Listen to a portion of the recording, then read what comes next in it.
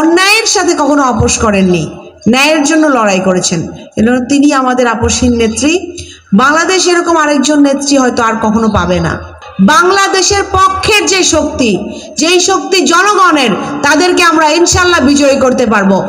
এই শূন্যতা আমরা কখনোই আসলে মনে হয় না পূরণ হবে বাংলাদেশের। রূপান্তর অর্গানাইজেশন কিন্তু এই একটা আয়োজন করেছে এবং এরকম ছোট ছোট ভালো কাজ করতে করতে কিন্তু অনেকগুলো ছোট কাজ মিলে একটা বড় ভালো কাজ হবে। গণতন্ত্রের মা, দেশনেত্রী, আপোষহীন নেত্রী মরহুমা বেগম খালেদা জিয়ার জন্য এই মোনাজাত ও দোয়া।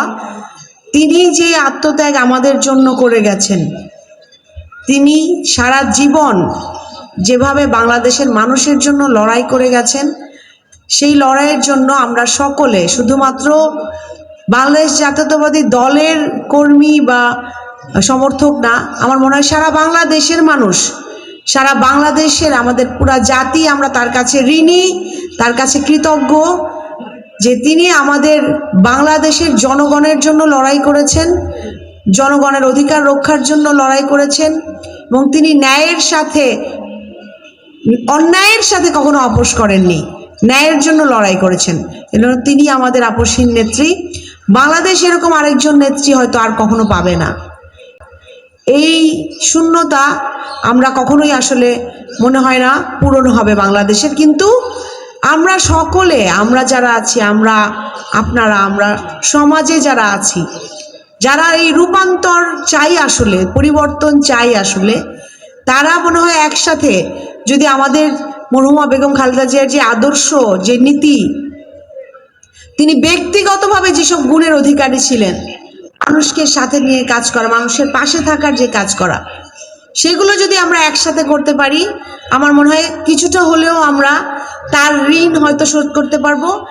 যেই বাংলাদেশ, যেই আকাঙ্ক্ষা নিয়ে তিনি যে বাংলাদেশটা দেখতে চেয়েছেন, হয়তো আমরা আমাদের জন্য, আমাদের যে ভবিষ্যৎ প্রজন্ম আছে তাদের জন্য সেই বাংলাদেশটা, সেই সমাজ ব্যবস্থাটা গঠন করতে পারবো। আর আমরা যখন ছোট ছোট কাজগুলো, ভালো কাজগুলো দিয়ে শুরু করি, তাহলে হয়তো বড় কাজগুলো আমাদের দ্বারা সম্ভব হবে। রূপান্তরের জন্য অনেক কৃতজ্ঞতা ও শুভেচ্ছা, ধন্যবাদ।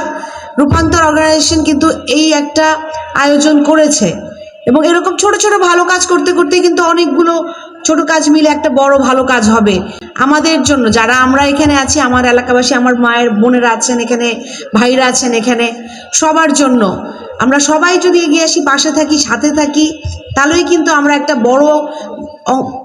বড় আকারে একটা ভালো কাজ, ভালো ফলাফল সামনে দেখতে পাবো ইনশাল্লাহ। আমরা আশা রাখি এই ভালো কাজগুলো এই তরুণদের উদ্যোগে হোক, সকলের উদ্যোগে হোক এবং শুধুমাত্র 7 নম্বর ওয়ার্ডে না, সব জায়গায় যেন এই ভালো কাজগুলো ছড়িয়ে পড়ে এবং আমরা আমাদের মরহুমা বেগম খালেদা জিয়ার যে নীতি ও আদর্শকে ধারণ করি, সেটাকে যেন লালন করি এবং মানুষের জন্য কাজ করে, যে মানুষের অধিকার রক্ষার জন্য। আমরা কিভাবে ভালো থাকবো, আপনারা কিভাবে ভালো থাকবেন, ইনশাল্লাহ সেই লক্ষ্যে আমরা কাজ করে যাব।